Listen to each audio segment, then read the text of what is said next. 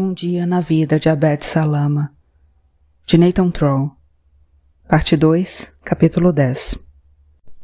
Jerusalém ainda estava relativamente aberta quando Huda chegou a Sawari. Como crianças menores de 12 anos não precisavam da carteira de identidade azul para transpor a fronteira, ela pôde matricular os filhos no colégio da cidade. Pouco a pouco, no entanto, as restrições aumentaram, e os portões por vezes se fechavam da noite para o dia.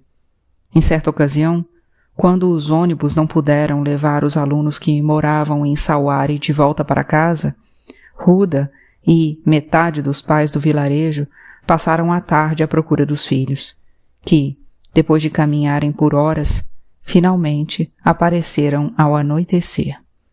Após o episódio, Huda tirou imediatamente os filhos das escolas em Jerusalém.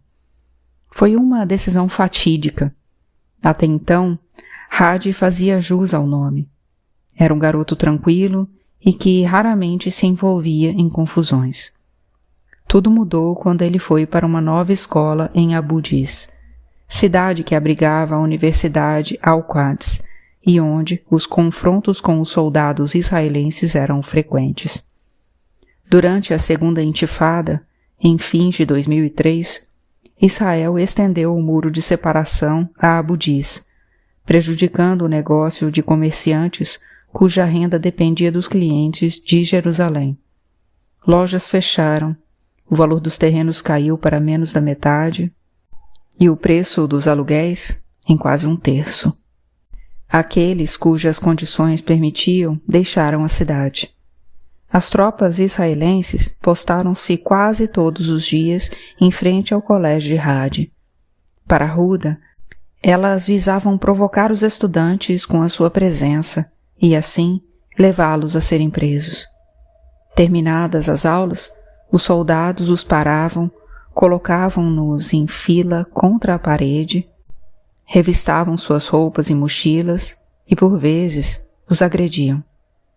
Em seu trabalho nos campos de refugiados da UNRWA, espalhados pelas Cisjordânias, Huda presenciava cenas que a faziam temer pelos filhos. Certa vez, viu um soldado atirar num adolescente que havia arremessado uma pedra contra um tanque e, ao tentar socorrê-lo, foi impedida pelo exército. Em casa, ouvindo no noticiário noturno os relatos de assassinatos e bloqueios de estradas na Cisjordânia, tinha dificuldade para dormir. Sabia que Hadi estava na rua, atirando pedras. O estresse começou a se manifestar em seu corpo. O primeiro sintoma foram as dores de cabeça, que vinham se agravando. Um dia, no trabalho, sentiu que um líquido gelado passava por dentro da sua cabeça e, em seguida, foi acometida de visão duplicada e dificuldade para caminhar. Ao chegar em casa, deitou-se para descansar e acordou 24 horas depois. Huda compreendeu que havia entrado em coma, um sinal de que poderia ter uma hemorragia cerebral. Ao procurar tratamento, foi informada de que os hospitais palestinos na Cisjordânia e em Jerusalém Oriental não tinham a infraestrutura necessária para realizar a operação de que ela precisava. O tratamento em Israel, porém, era financeiramente inviável. Por fim, conseguiu obter de Arafat uma carta prometendo cobrir 90% dos 50.000 shekels que a cirurgia custaria e se internou no hospital Hadassah, em Jerusalém. A cirurgia foi realizada com sucesso, mas o estresse que provavelmente havia causado a hemorragia só fez se intensificar. Num domingo de maio de 2004, quando Hadi tinha 15 anos e meio, ele e um grupo de amigos foram alvejados pela polícia de fronteira israelense, uma gendarmeria que operava sob o controle do exército em Abu Dis e da polícia na Jerusalém Oriental anexada. Testemunhas oculares relataram à ONG de defesa dos direitos humanos, B'Tselem, e à agência de notícias AFP que os jovens não haviam cometido nenhuma hostilidade. Hadi disse à mãe que eles estavam conversando e tomando Coca-Cola quando os soldados abriram fogo, como se não passasse de uma brincadeira. Uma das balas atingiu o amigo de Hadi sentado ao seu lado, que morreu imediatamente. Depois do episódio, Hadi passou a confrontar os soldados com mais determinação. Huda o via com os amigos na rua, reconhecendo-o apesar do lenço preto e branco que usava para cobrir o rosto. Para evitar que descobrissem que ele era o seu filho e fossem à sua casa prendê-lo, mantinha distância. Apesar dos esforços, porém, não conseguiu protegê-lo. Menos de um ano depois da morte do amigo de Hadi, jipes e carros blindados israelenses cercaram sua casa.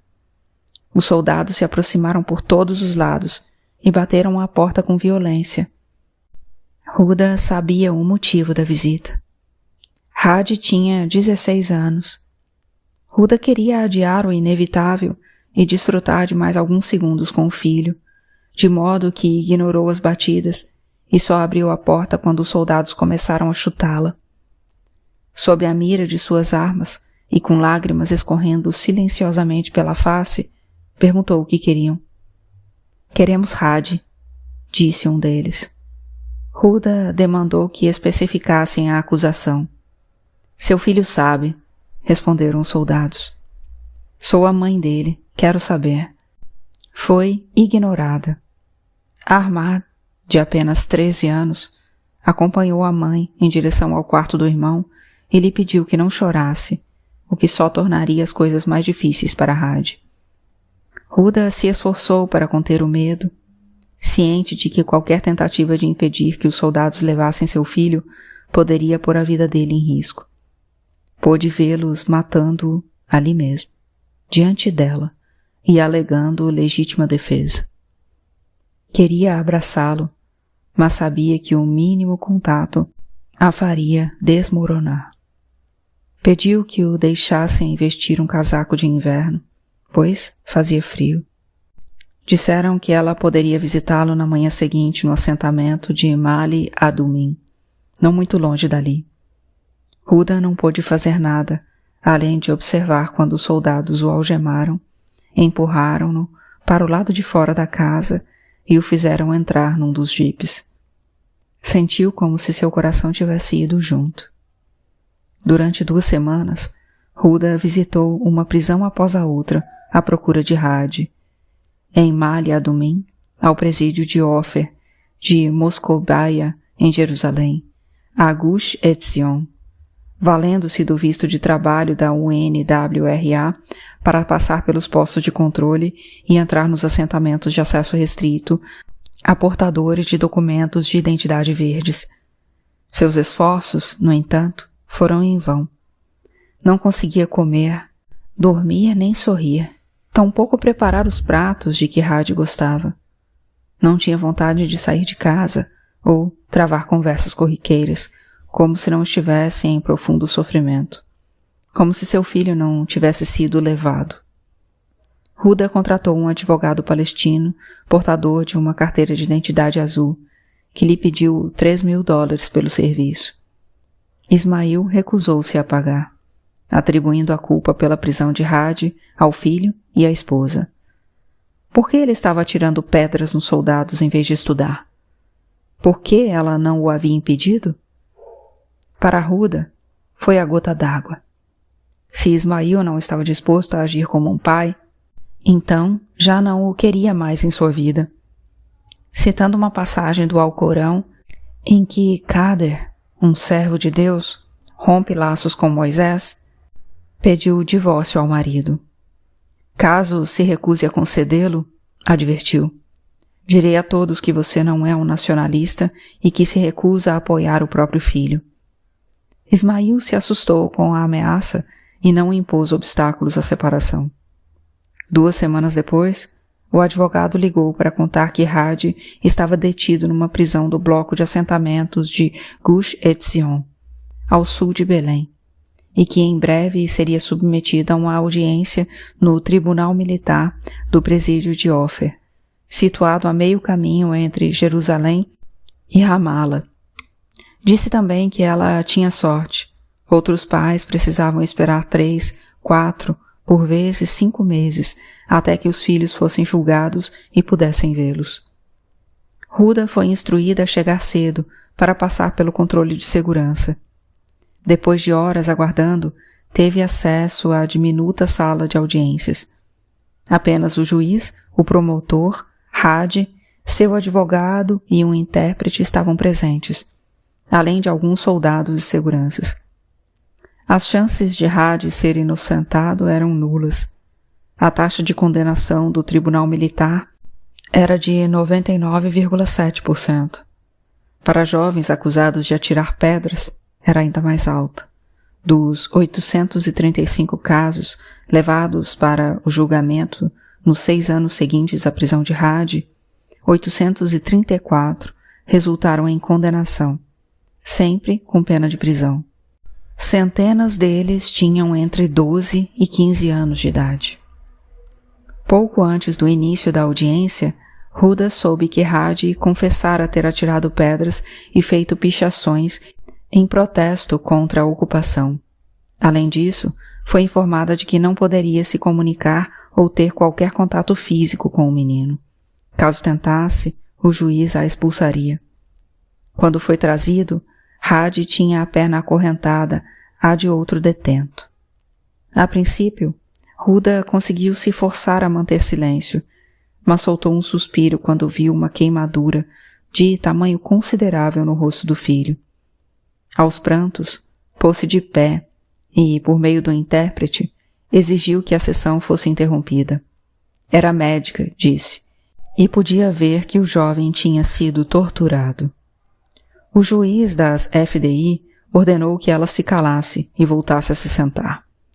Ruda recusou-se, insistindo que Hadi levantasse a camisa e abaixasse as calças, para que todos pudessem ver que sua confissão fora obtida sob tortura. O juiz consentiu. O corpo de Hadi estava coberto de hematomas, que pareciam infligidos por cacetetes. Ruda, aos gritos, declarou que eram os soldados que o haviam torturado que deveriam ser julgados. Quando o juiz suspendeu a audiência, ela correu em direção a Hadi e, ignorando as advertências dos guardas, deu-lhe o abraço que havia reprimido na noite em que os soldados o levaram. Queria aquecê-lo antes de que ele precisasse voltar à cela fria da prisão. O juiz vociferou. Seria a última vez que ela encostaria um dedo no filho até que ele fosse liberado. O advogado de Hadi, que havia aconselhado a família a aceitar qualquer acordo que fosse oferecido, apresentou-lhes uma proposta de 19 meses de prisão, com redução para 16 em caso de pagamento de uma taxa de 3.000 shekels, o equivalente a pouco mais de $1.000.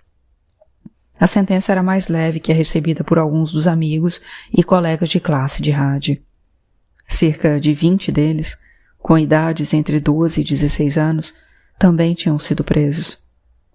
Os estudantes que tinham carteira de identidade azuis foram condenados a aproximadamente o dobro do tempo dos demais. O acordo incluía uma condição. Ruda deveria se comprometer a não tomar medidas legais contra os soldados que haviam torturado Hadi. De todo modo, disse o advogado, não havia a menor chance de que fossem condenados, visto que ninguém ousaria testemunhar contra eles. Hadi aceitou o acordo. O jovem foi transferido para o presídio de Naqab, onde Ruda o visitava sempre que podia. Levava presentes não só para Hadi, mas também para os outros presos. Eram adolescentes, muitos deles de famílias pobres, que não tinham as mesmas condições que seu salário da UNRWA lhe proporcionava. Na esperança de que a leitura ajudasse a manter o ânimo dos rapazes, levava muitos livros. Certa vez, pediu para que os amigos de Hadi lhe dissessem o nome das meninas de que gostavam, e trouxe grãos de arroz com suas iniciais inscritas. Numa data comemorativa, presenteou-os com uma tapeçaria de um céu estrelado. que sugeriu que estendessem no teto da cela. Para cada visita de 40 minutos, Huda passava quase 24 horas viajando.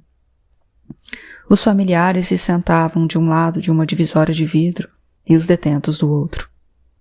Alguns eram proibidos de receber a esposa, os pais ou os filhos maiores de 15 anos, e outros não podiam receber visita alguma. A conversa se dava através de um pequeno orifício, e as vozes chegavam ao outro lado quase inaudíveis.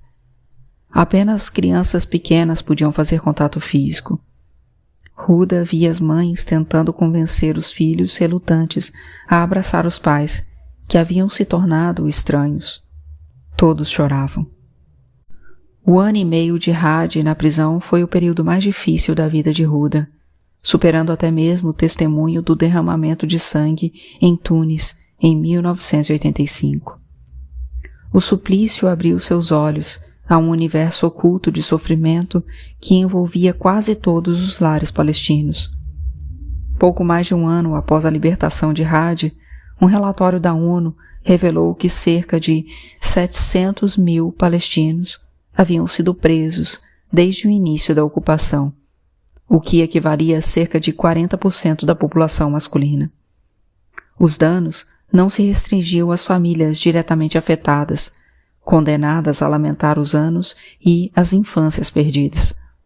Também eram vítimas todas as mães, pais e avós, que se sabiam ou viriam a se descobrir incapazes de proteger seus jovens.